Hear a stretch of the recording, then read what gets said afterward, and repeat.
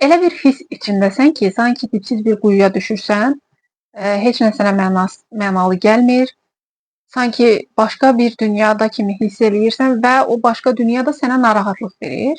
Həmin o dünyadan qaçmaq üçün də bəziləri zərərli vərdişlərə yönəlir, bəziləri dırnaqarası effektiv bildiyi bir şeylərlə həmin o boşluq hissini doldurmağa çalışır. Ümumiyyətlə, bu boşluq hissi insanda olmalıdırmı? Bunun varlığı bizdə nə ifadə eləyir? İstər fəlsəfi, istər psixoloji nöqteyi nəzərdən, istərsə də sosial nöqteyi nəzərdən boşluq hissi insanda var olması lazım olan bir şeydirmi? Və biz bunu necə dəyərləndirməliyik? Yəni bunlara əvvəlcə kənardan bir baxış bucağımızı təhlil etməyə çalışaq. Boşluq hissi insanda var olması lazım olan bir hissdir. Önəmli olan burada həmin bu hissin bizdə nə qədər davam etməsidir və bizim bu həmin hissi necə idarə etməyimizdir. Yəni zaman-zaman hər kəs boşluq hissi yaşaya bilər, sıxıntı hissi yaşaya bilər. Amma bunun zamanı daha çoxdursa və tez-tez təkrarlanırsa, həmçinin bizi zərərli bir şeylərə yönləndirirsə, bu normal deyil. Siz özünüzdə belə hallar müşahidə eləyirsinizsə, daha diqqətli olmağınız lazımdır və diqqətinizi bu videoya daha çox cəmləməyiniz vacibdir. Bəs bu boşluq hissi insanda nəyə görə yaranır? Həm normal yaşadığımız o boşluq hissini nəzərdə tuturam, həmçinin daha uzun müddətli və daha tez-tez yaşadığımız boşluq hissi. Mənə görə insanın normal olaraq müəyyən zaman çərçivəsində boşluq hissi yaşaması onun üçün faydalıdır. Hansı ki, insan sanki dünyadan təcrid olunur və müəyyən qədər düşünməyə başlayır. Amma biraz daha irəli səviyyədə yaşadığımız o insanın sağlamlığına istər psixi, istər fiziki funksiyalarına təsir göstərən boşluq hissi, sıxıntı hissi normal deyil və onun yaranmasının bir çox səbəbləri var. Ən başlıca səbəbindən biri insanın dünyada öz varlığını dərk eləməməsi, niyə var olduğunu anlaya bilməməsi, kim olduğunu anlaya bilməməsidir. Məsələn, mən sizdən soruşsam ki, siz kimsiniz? Yəni belə şəxsən soruşsam ki, sən kimsən? Özünü mənə təqdim edə bilərsənmi? Bir çoxlarımız ya öz adımızı, soyadımızı, hansı ki sonradan, yəni doğulandan sonra bizə qazandırılan bir şeyləri ortaya qoyaraq özümüzü təqdim etməyə çalışacağıq və yaxud da sosial rollarımız ola bilər. Burada mən anayam, mən atayam, mən qardaşam və yaxud da peşə rolumuz ola bilər ki, mən psixoloqam, mən müəlliməm, bu formada. Amma əksəriyyətimiz əsl mənliyimizi, əsl kimliyimizi, yəni həmin o sosial rolları kənara qoysaq və yaxud da bizə qazandırılmış fərqli bir şeyləri, ad ola bilər, status ola bilər, soyad ola bilər, yaş ola bilər, bunları kənara qoysaq, özümüzü necə tanımlayırıq, bunu mən desəm, mənə təqdim edə bilməz. Niyə görə? Çünki biz öz kimliyimiz ətrafında düşünməmişik, kimliyimiz ətrafında danışmamışıq. Və belə olan halda İnsan daim özünü məşğul eləməyə başlayır. Öz kimliyinin axtarışında olur, özü də fərqində olmadan. Ora qaçır, bura qaçır, fərqli şeylər düşünür, maddi bir şeylərə yönəlir, özünü gah zərərli vərdişlərə yönləndirir, gah status qazanmaq uğrunda mübarizə aparır. Bütün bunların hər biri insanın həmin o boşluq hissini doldurmağından irəli gəlir ki, bu da insanın özünü tanımaması, öz kimliyini dərk eləməməsindən irəli gəlir. Yəni, mən özümün kimliyimi, həyatdakı funksiyamı, həyatda nə edəcəyimi bilmirəmsə, o boşluq hissini tez-tez yaşayıram.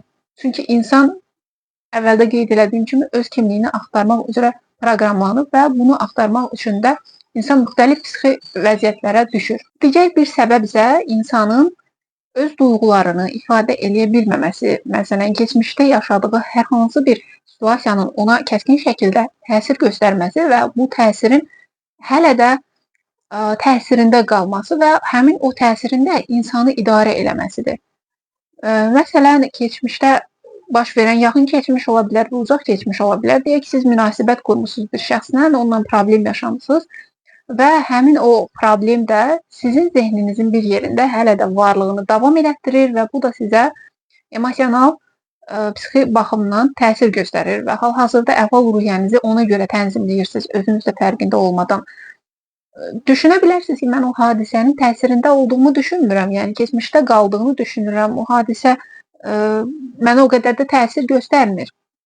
Amma bu heç də belə deyil, insan hər hansı bir situasiyada müəyyən bir təsirə məruz qalırsa, həmin təsir davam eləyir və bizim həyatımızı yönləndirir, bizim duyğularımızı yönləndirir. Ona oxşar situasiyalarla da qarşılaşanda insan sanki özü də fərqində olmadan həmin situasiyanı xatırlayır və elə bilir ki, həmin situasiyanın içərisindədir.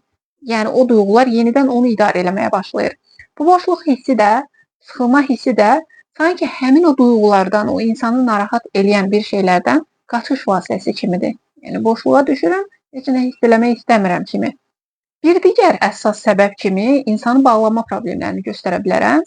Mən bağlanma termini ilə, həmçinin bağlama nəzəriyyəsindən 2-3 il öncə təxminən tanış olmuşam və bu nəzəriyyəni dərindən araşdırmağa başladım. Hansı ki, o nəzəriyyəni araşdırandan sonra mənim insanlara, üzümə baxış tərzim dəyişdi və gördüm ki, əslində insanın yaşamı bağlanma nəzəriyyəsi üzərindən qurulur. Yəni biz uşaqlıq dönəmində doğulduğumuz anda bağlamağa ehtiyaclı bir varlıq olduğumuza görə xüsusilə bizə baxım verən şəxsin bizimlə qurduğu münasibət çox önəmlidir. Və həmin məqamda biz öz valideynimizlə və yaxud da dayəmizlə düzgün şəkildə bağlanmırıqsa, güvənli bağlanmırıqsa, bu bütün həyat sferamıza yansıyır. İstər iş baxımından, istər digər insanlarla münasibət qurmaq baxımından, yaxın münasibət qurmaq baxımından bizə təsir göstərir. Həyata bağlamaq da bura daxildir və insan həyata bağlana bilmədiyi təqdirdə, hansısa onu motivasiya eləyən bir məqsədi olmadığı təqdirdə həmin o boşluq hissini yaşayır. Sanki dünyada mən artığam kimi bir hiss yaşayır ki, bu da onda boşluq hissinin yaranmasına səbəb olan əsas faktorlardan biridir. Bəs biz bu boşluq hissindən qurtulmaq üçün, dırnaqarası qurtulmaq nəzərdə tuturam burada, nə edə bilərik? Yəni əziyyət çəkməmək üçün və həmin o boşluq hissini daha effektiv hala gətirmək üçün nə edə bilərik? Bu haqda da gəlin biraz danışaq. Bunlardan ilki insanın boşluq hissini niyə görə yaşadığını dərk eləməsidir ki, yəni mən boşluq hissini nə səbəbdən yaşayıram. Hətta bəzi insanlar olub, mənim seanslarıma müraciət edən deyir ki, həyatımda hər şey qaydasındadır. İşim var, maşınım var, arzuladığım həyata sahibəm, münasibətim var normal şəkildə, amma mən özümü xoşbəxt hiss eləmirəm. Niyə görəsə özümü daim boşluqda hiss eləyirəm, elə bilirəm ki, nəsə çatışmır. Yəni biz həyatımızda yaşadığımız o boşluq hissinin həmin səbəblərini araşdırmalıyıq ilk növbədə. Bəlkə mən həyatımda bir anlamsızlıq yaşayıram, yəni həyatımda məni motivasiya edə biləcək bir anlam yoxdur. Hər şeyi əldə eləmişəm, amma həyatımda məna verə biləcək, mənə motivasiya edə biləcək, həyata edə biləcəyim fayda baxımından heç bir məqsədim yoxdur. Bu məqsəd yoxdursa, təbii ki, insan boşluq hissinə düşür. Yəni nə əldə etsə belə, o məqsədsizlik insanı boşluq hissinə aparır. Biz də ilk növbədə bunun səbəblərini araşdırmalıyıq. Əgər araşdıra bilmiriksə, yaxşı olar ki, bir mütəxəssisə müraciət edək. Çünki bu duyğular zamanla insanı depressiyaya qədər aparır. Depressiyanın da sonu bilirsiniz ki, ağır depressiyalarda intihar halları daha çox özünü göstərməyə başlayır.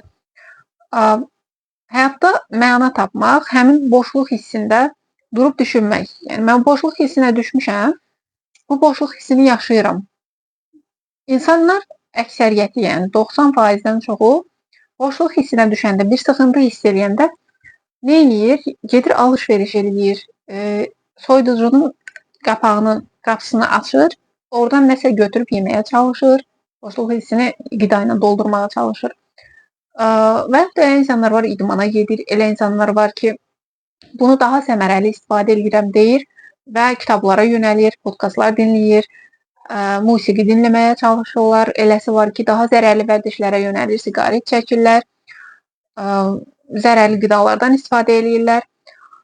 Amma biz həmin boşluq hissini yaşayan zaman durub düşünsək və təhlil eləməyə çalışsaq, həmin hissimizin hardan qaynaqlandığını, bəlkə biraz sərbəst assosiasiya eləyib, həmin hissi yaşayan zaman ağlımıza hansı düşüncələr gəlir, hansı mənim keçmişdə yaşadığım hadisələr gəlir. Bu haqda biraz düşünsək, düşünürəm ki, bizim üçün bu daha faydalı ola bilər. Və həyatın mənası ilə bağlı, həmçinin özümüzün həyatımızın mənası ilə bağlı fikirlər formalaşdırmaq lazımdır. Mən hələ də həyatımda bir məqsəd tapa bilmirəmsə, gedə biləcəyim bir yol tapa bilmirəmsə, daim bataqlıq içərisinə düşmüş biri kimi çabalayıramsa, oradan çıxmağa çalışıramsa, amma heç bir vasitə görmürəmsə, burada boşluq hissi yaşamaq ehtimalım çox yüksəkdir. Ona görə də yaxşı olar ki, həyatımızın mənası ilə bağlı mən həyatda hansı bir peşəyə sahib ola bilərəm, nəyin üzərində addımlaya bilərəm kimi düşüncələr beyninizdə varsa, bununla bağlı da bir coacha müraciət etməyiniz və yaxud da konsultant psixoloqa müraciət etməyiniz sizin üçün faydalı ola bilər ki, həyat məqsədinizi, həyat türkləri demiş amacınızı tapasınız ki, həmin yolda irəliləyə biləsiniz ki, həmin boşluq hissi də sizi tez-tez takib eləməsin. Yəni sizi nəysə yadımdan çıxdı Azərbaycan dilində necə səslənir o səs. Hə, sizi izləməsin həmin o boşluq hissi. Belə, yəni mən özüm də zaman-zaman boşluq hissi yaşayıram və əvvəl daha çox yaşayırdım. Mən özüm boşluq hissimi kitablarla, podkastlarla doldurmağa çalışırdım, amma zamanla gördüm ki, bu sadəcə bir qaçış vasitəsidir. Mənim o hisslərimdən, o duyğularımdan qaçış vasitəsidir. Siz də həmin qaçış vasitələrindən istifadə edirsinizsə, biraz dayanıb düşünmək və o hisslərin içərisində qalmaq, nədən qaçdığınızı təhlil eləmək sizin üçün faydalı ola bilər. Əgər bu keçmiş hadisələrlə bağlıdırsa, məsələn, siz hansısa bir qaziləri götürək, yəni müharibə şəraitində olub, orada müəyyən bir şeylər görüb, öz dostlarını itirənlər olub, yəni gözünün qabağında çox acınacaqlı bir şəkildə ölüm səhnələri görüb. Bütün bunları görən bir insanın təbii ki, duyğuları zədələnib. Yəni o insana o situasiyaların təsirini mən burada təsəvvür belə edə bilmərəm. Belə bir situasiyalarla qarşılaşmısınızsa və yaxud da keçmişdə sizə təsir edən münasibət problemi ola bilər. Yəni bizim üçün sadə görünən, amma sizin duyğularınıza çox təsir göstərən məqamlar ola bilər ki, bunları da araşdırmağınız məsləhət görülür və onlardan qaçış vasitəsi kimi siz sıxıntıdan istifadə edə bilərsiniz. Yəni o duyğular sizə sıxıntı, boşluq hissi verir və siz də onlardan qaçış kimi nə bilim, daim əyləncə mərkəzlərinə getməyə çalışırsınız, insanlarla dostluq münasibətləri qurmağa çalışırsınız. Hətta son zamanlarda mən nəyi müşahidə eləmişəm? İnsan boşluq, sıxıntı hissindən girir sosial şəbəkələrdə insanlarla tanış olur. Xanımlar bəylərlə, bəylər xanımlarla boşluqdan dolayı kimləsə söhbət eləməyə ehtiyac duyur. Bunun yerinə daha faydalı bir şeyə yönəlməkdən əlavə də daha o hissləri təhlil edərək faydalı bir istiqamətə yönəlsəniz, düşünürəm ki, bu sizin üçün daha faydalı olar və özünüzü daha yetərli, daha sərbəst bir insan kimi hiss eləyərsiniz. Boşluq hissi haqqında bu qədər. Siz də bu hissləri zaman-zaman yaşayırsınızsa və düşünürsünüzsə ki, bu hisslər artıq sizi idarə eləməyə başlayır, o zaman bir mütəxəssisə müraciət eləməyiniz tövsiyə olunur. Yox, əgər mütəxəssisə müraciət eləmək üçün imkanınız və zamanınız yoxdursa, o zaman bu dediyim üsulları sınayın. Ən azından o boşluq hissinin içərisində olanda nə hisslər keçirirsiniz, sizi hansı vərdişlərə, davranışlara yönləndirir, bunu özünüzdə yazıb qeyd eləyin ki, o davranışları siz yönləndirəsiniz, davranışlar sizi yox. Və yaxud da o hisslər, duyğular sizi müəyyən davranışlara sövq eləməsin. Belə, əgər boşluq hissi ilə bağlı sualınız varsa, mənim Instagram hesabıma keçid eləyib, orada mənə yaza bilərsiniz və yaxud da bu videonun aşağı hissəsində qeyd eləyə bilərsiniz fikirlərinizi. Təşəkkür edirəm dinlədiyiniz üçün.